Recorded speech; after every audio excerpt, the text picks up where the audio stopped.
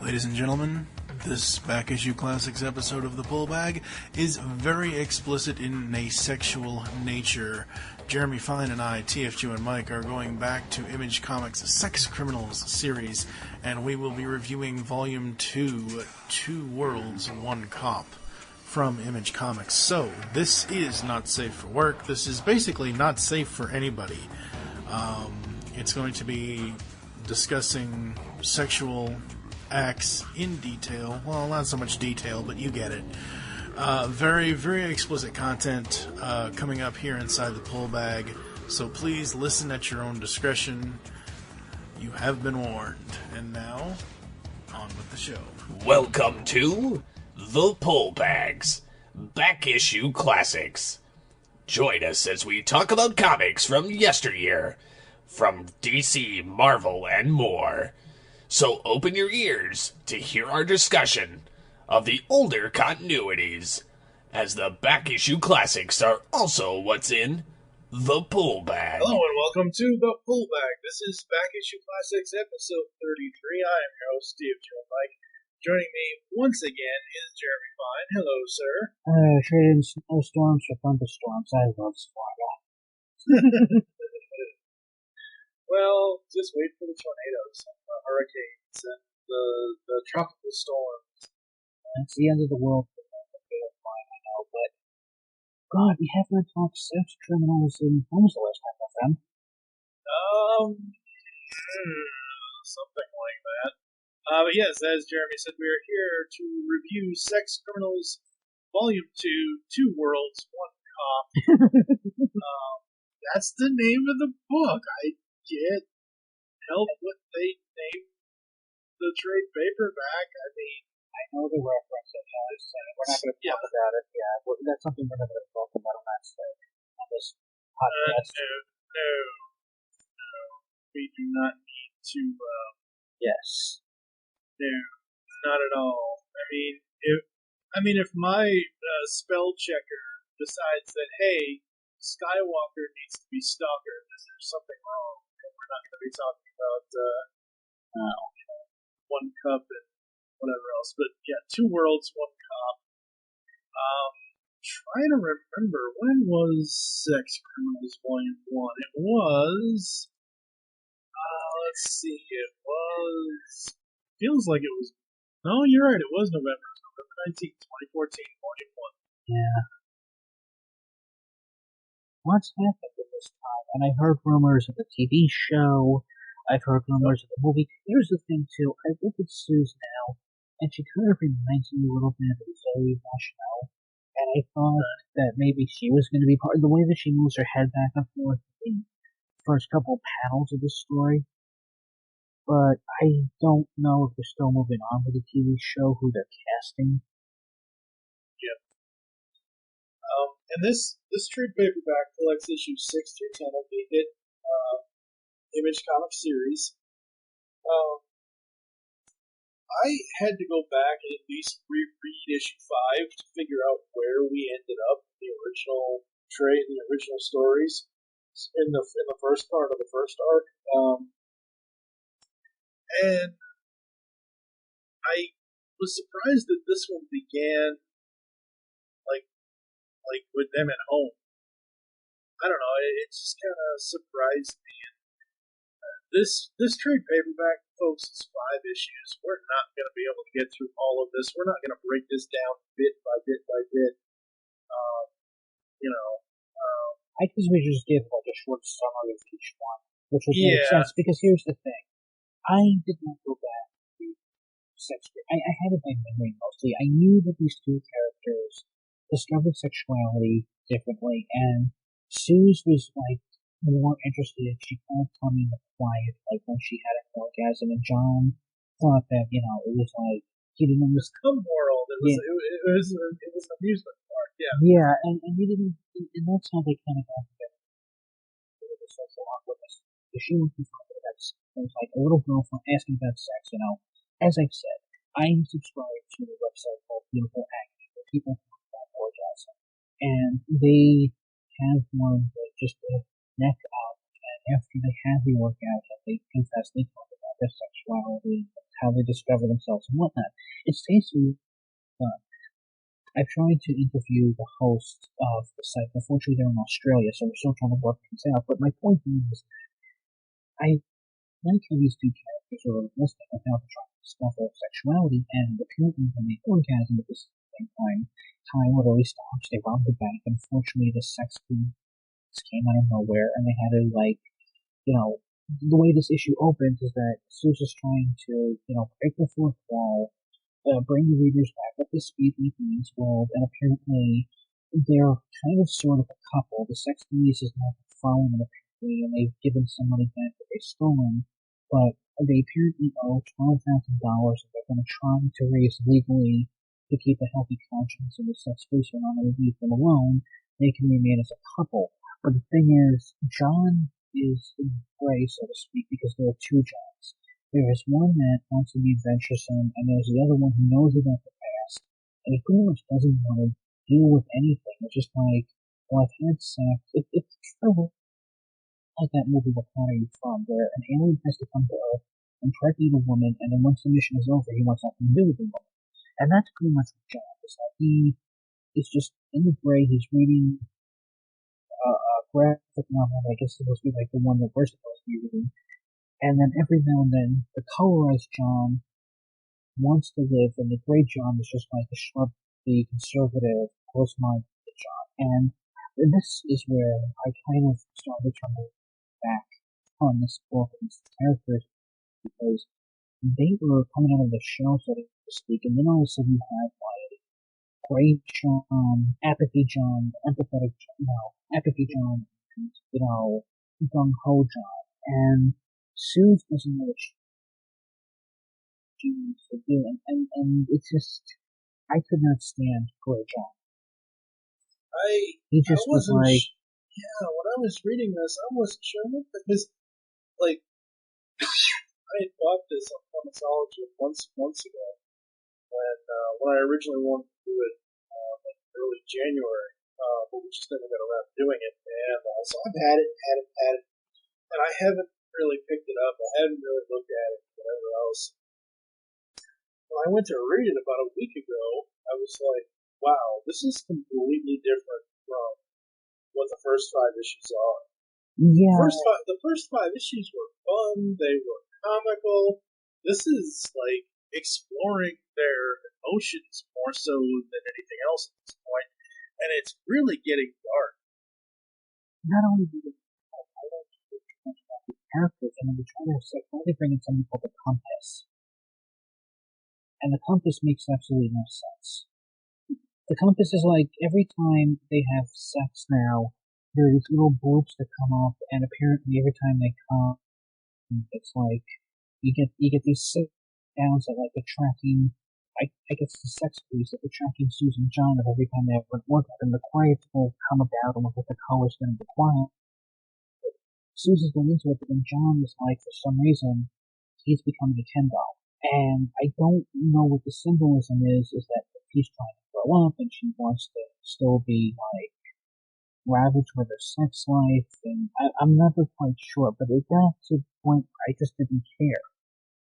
Yeah, issue 6 is really, really rough coming off of it, no pun intended, folks. Coming off of issue 5, way back when in the first trade. I will say that issue number 6 and all of the covers here, I love all the covers. I think all of the covers are just amazing. But issue 6 cover is basically orange, black, and white, with John and Suze, John being in orange, Susie being in black. I like that. I love Zdarsky's art. I think Zdarsky's art is what saves this book. Fraction's writing, I just don't like the direction, like you. I'm very unsure of the direction when I first read issue 6 here. When we get to issue 7, that is when it kind of got interesting for me, because you have the reintroduction of her friend Rach, or whatever her name's supposed to be, Rochelle, I don't even know. Yeah. And I could have sworn, wasn't Rochelle supposed to be part of the sex police or their informant or something or other? I think she is, but I think it's also that she's developing a crush on Sue, because I think we're going to get to where she wants to get involved with them. Yeah. So as this story progresses, we have a whole bunch of the quiet come world moments. We have all this stuff going on. We have John talking about his emotions. We have him basically beating somebody up with the dildo. It worked in South Park Pacific Truth. They had a dildo as a weapon against Portuguese in the comic books, so I'm okay with that. Yeah. Issue 7 was a really fast pace. It really was. I think it's because they were trying to go back to the first 5 issues, having the orgasm, slow down time, John trying to figure out what Risha's really doing, and other people are trying to get into the quiet. And John using a dildo as a, double-edged lightsaber from episode 1. Again, this is something you could South Park stick of truth with a dildo and use it as a weapon. So I kind of like that idea, but we're getting cryptic answers. And the problem is with Raish. I don't know if she's an undercover cop or she is trying to break free because she wants to join in the quiet with Suze and John, but John pretty much admits that he screwed up royally by going back into the quiet because, again, they have that compass. So every time he activates it, the sex police track him down. So I think he used the quiet one too many times to get some information, but yeah, he goes into the quiet in issue 7. Once he's in Come World, he goes to the house of the head sex police chick and basically finds all these files and steals all these files. That's where fighting this other guy with dildo comes in, and the issue 7 kind of ends with him basically saying that he says and I stole everything I could carry, and then that's where Rage comes in, and then it kind of ends. We get to issue 8, which is entitled Robert Rainbow. Yeah. And we're introduced to Dr. Robert Rainbow. He is Susie's new OBGYN. And apparently he's also an old friend of John's or something. I'm just not. I enjoyed reading this second volume. I enjoyed reading them. I enjoyed finding out the story. I enjoyed being introduced to new characters and new, different. They're basically introducing adults to different ways of bondage and all this and all that and everything else. But honestly, I did not laugh this entire trade. It's like Matt Fraction took the first 5 issues and that was a comedy play, and now this is Fraction's version of a Shakespeare tragedy or something in these next 5 here with issues 6 to 10. It just doesn't. You know what it is? Is that because, like, any of these romantic comedies or romantic dramas, I've always said the best, love story is the most tragic, where the guy's going to end up with a girl, they take the break, and when they finally do get back together, you just don't give a shit anymore. And I think the biggest problem is that now they're going to throw in all these idiotic sex jokes, and I think they go on way too long with Susan Dr. Rainbow, and then of course we have to have the interns looking at her, and I'm like, she turns and looks at the audience and goes, so this is happening. I mean, I'll be honest with you. There was an episode of The Simpsons where Bart, broke his lower spine. He had to wear a cast on his rear end, and what happened was, Dr. Hibbert said, well, yeah, here my interns are going to look at this too, because Bart's like, this couldn't get any more humiliating. And I'm thinking to myself, it wasn't even funny then, mainly because it's an older woman voicing a 10-year-old boy, and other people looking at the rear end, and I'm like, there's something it's either a fetish or something so wrong with this, and to have people looking at Susie's vagina and her saying, wah, wah, wah, it just is, and not only that, but we get like this poster of Spencer the civilian, and he says, let's take a look, shall we? I'm sorry, but this is just stupid. This is not social commentary, this is not funny, this is not kitsch, it's just It's Susie's cervix meets the interns, and in all honesty, it's just stupid. So as this issue progresses, we see John meeting up with Robert Rainbow and Susie. We see Robert Rainbow's origins, which, as a new character, I'm glad they took the time to explain his origin. I thought that was really cool. We see that John is still having issues, and he's trying to go to therapy, but apparently the therapist just doesn't care about anything he's saying. He basically, screams up in the middle of the food court because first of all, who the hell goes to a mall therapist? Come on now. As he screams out, there's a guy in the food court who apparently is a real therapist that will actually listen and help him with his problems. So that happens. And that's kind of how this one ends. It actually ends with Susie going ballistic because apparently they've destroyed her library. Yeah, that's right, because she wanted to save the library. But the good thing is that John and Suze kind of get back together because, as we see, even though she spent some time with Rainbow, we see them holding hands. We will jump ahead. He will try to say, I love you. But I do love the panel where they're knocking down the library and John is just like holding Suze back. She's crying and screaming. And the construction workers are just like, turning their heads back and looking at her like they don't give a shit. And I love that panel. And that's how it ends. She loses something, and that's the whole thing about love. Like, what are you willing to give up for love? And unfortunately, Susie lost the library. And issue 9 is essentially them trying to figure out why they have all these files. It's also the introduction of several different characters, including the therapist Dr. Anna Kincaid.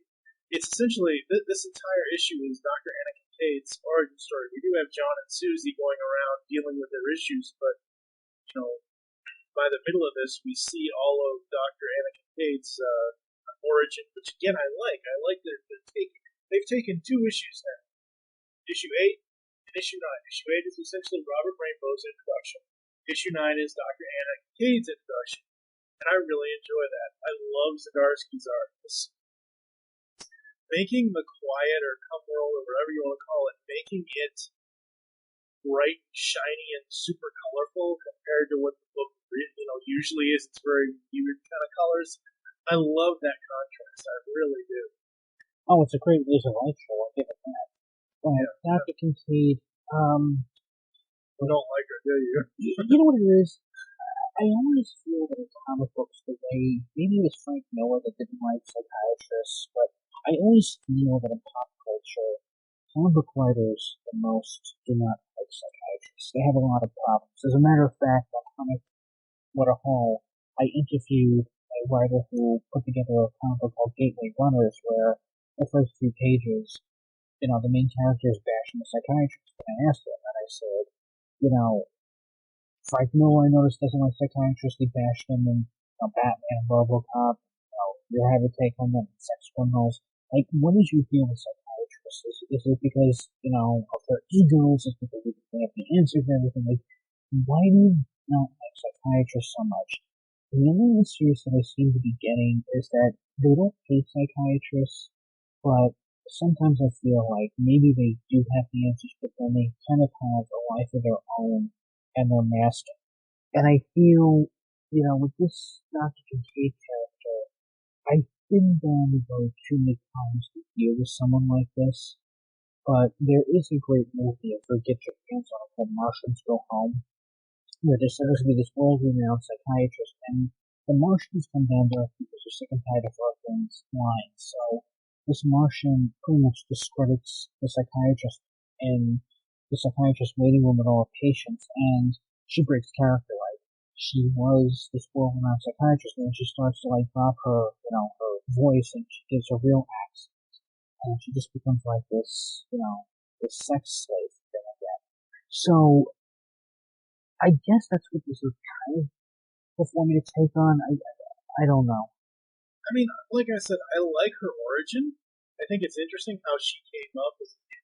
Because what I like about this whole second arc here is how they're basically introducing other people. that can also be in the Quiet or Come World or whatever you want to call it. And this one, issue 9, kind of ends on them, on all three of them, John, Susie, and Anna. Basically, it ends on Susie telling them about, telling her about the Quiet and whatever else. And as we get to the final issue of the trade, issue 10 is John with his psychiatrist at first. And we then go back to Susie and Anna and John with all this. And we find out that as all three of them are having sex, obviously Anna's doing it one way and John and Susie are doing it another way. They're not having a threesome, essentially, but they kind of are at the same time. It's kind of, I don't want to say existential, but it's... Anna Kincaid, I feel, as she said in the last issue, that she feels starved and she's insatiable and she can't reach, satisfaction the way she wants to. And she's had sex with men and women and she's been with toys and she's, we've seen how she, experiments with both male and female, but she doesn't understand why she can't reach pleasure every single time. It only happens once you go alone, and it kind of bothers her that she wants to be quiet. I guess when she discovers what Susan and John have done, she wants to be part of that world while John's psychiatrist is trying to take everything away that John has learned. So she doesn't, it's not so much that she wants to have a threesome, it's just that she wants to be in quiet as she could 24/7 and never come back. So right. So the problem is that I don't know if she's trying to break them up or just run away with one of them or keep both of them. That's what I didn't get. I don't think she's trying to do anything to them specifically. She's, as you already said, she's just trying to find her own way of pleasure herself. Pleasuring for herself only. It's not, I don't think it has anything to do with them, her trying to break them up at all. I think she just wants to be able to join in on the fun and actually get pleasure out of having sex with herself. In this issue, we also have Robert and Rach getting together and talking. Like you already mentioned, the psychiatrist stuff or the John's therapist stuff. This one ends on them, all three of them, John, Susie, and Anna, ending up in Come World together. And then we go to the sex police. The final page is the sex police saying, oh, well, we're not the real police, but, we'll do this to basically stop them from whatever they're doing. It just kind of leaves it on a really weird cliffhanger. I have another question. Did Kincaid turn to a sex ghost? Because I see the show with, Dr. Kincaid having orgasm, and she drops the phone, and then all of a sudden it's like, she goes like, wait, aren't you really sex ghost too? Like, is that what she's turned into, or? No, she assumed that, let me look here. So she drops the phone, she asks, did it work? Did it work? Can't tell. What does it look like? Wait, what? We're sex ghosts too? And it's something completely, like, John and Susie are themselves, humans. She is like a naked, like, if there was ever a naked version of Synergy from Jen. She's just completely clear. There's color to her, but there isn't color on her anywhere. She's essentially a blonde ghost at this point, where in real life, she's a brunette. So I'm not sure what the hell happened here, what's going on. I think it's going to make for an interesting, story as we go further with the, next time we do one of these will be whenever Volume 3 actually releases. I don't know when. I think they're on issue 12 or 13 by now. But, I'm not too sure. So in the trade, we have variant covers. I really love how some of these variant covers look. They're really awesome. Oh, the variant covers are awesome. I love, one of them had how if John's gonna walk in. The weekly covers are interesting how Susan John and Trench is each other very 1960s. And then of course we get to have It almost looks like the one where they're chasing each other, the orange one with the white balls around it. It almost looks like a weird Catch Me If You Can kind of image. Yeah, and then of course we have all the sex tips. Yeah, then we have Playboy's interview with Matt and Chip, and that's. I have not read this little ending here. Neither have I. But I mean, overall, the story I did like it. I was a little confused at times with what the hell was actually going on. I'll say this: I missed the fun of the first 5 issues. I missed the comedy of it all. So I'm hoping as we continue, the comedy will come back because that's really what I'm missing at this point. I have to give this a 2 out of 5 because here's the problem. I'm not in a relationship right now, and the ones I've been in have been weak. I'm glad that it's not just about the sex, and that's a good thing. But the problem is that I have to be invested in these characters to hear about their sex life and what's going on. And John's twos were interesting in the first few issues because we found out how they discover sex, what they can do with their sexuality, and what they're like when they're not having sex. And Suze cares about saving a library. John, he is afraid to open up to anybody because he just had a bad relationship with several people. I can understand that, with his family. But they find each other because they have one thing in common: they want uncontrolled love, and that's great. The problem now is that, and I've said this hundreds of times, in any pop culture setting, the characters have to pick up for a while because the powers that be think that it's entertaining to see characters break over each other, break up, and back each other. You can't see it this way. It didn't work on the TV show Fun. It barely worked on Big Bang Theory. I'm getting so sick and tired of this crap. So he introduced a couple new characters, and Dr. Kincaid is interesting to a point. I'll give her, what's due. But in that though, these issues just bore the hell out of me. It needs to do something with the library. Other than demolishing us, it could have been so much more with trying to reverse time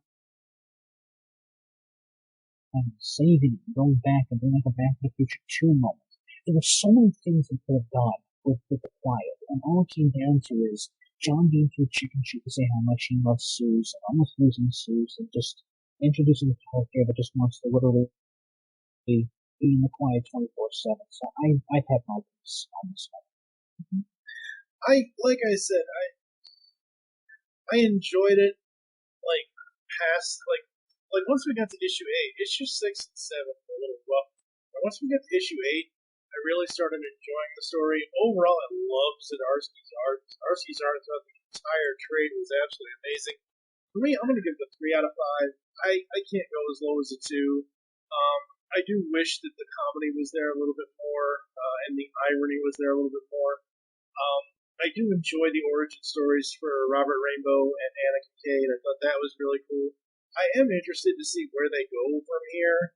So I am still going to be reading this series. Like I said, next time when I pick up the trade for Volume 3, whenever that gets around coming out, we will do another Sex Criminals podcast. But for right now, I'm glad we're doing this in trade and not single issue coverage, because I think if we were doing this in single issue coverage, issue 6 and 7 would make me walk away from the series entirely. But right now, I'm somewhat optimistic about the future of Sex Criminals. We'll just have to wait and see what happens. So, yeah, I was hoping it's away from just throwing this in the trash. Okay. Yeah. Alright then. Alright folks, coming up next is going to be Jeremy and I talking about IDW's comic adaptation of Angel Season 5 Smile Time. So join us for that, and then after that we've got Robin Hood Month coming up from Zenescope Entertainment. At the end of Robin Hood Month, I'm hoping to have an interview with the author, Patrick Shan, so look for that as well, most likely the end of July, beginning of August, hopefully. So that's what's coming up here in the pull bag. I am trying to do as many different coverages as I can as far as what we cover. There's going to be a lot of cool stuff coming up, so stay tuned for that. Make your great escape from comics. We will catch you next time. You've just heard the latest episode of the Pull Bag, the GCRN's comic review and discussion podcast. There are several ways to get in touch with us and leave feedback for the show. You can visit the website, geekcastradio.com, where you can comment on the episode and all of our different podcasts. You can rate our show on iTunes. Be sure to leave us feedback. Call the voicemail line, 502-526-5821. Please remember to tell us the show you are leaving the message for, and your name. Become a fan of us on Facebook by searching Geekcast Radio Network. Send us an email feedback at geekcastradio.com. Follow us on Twitter at geekcastradio. So until next time, make your great escape into comics and unleash the geek in you.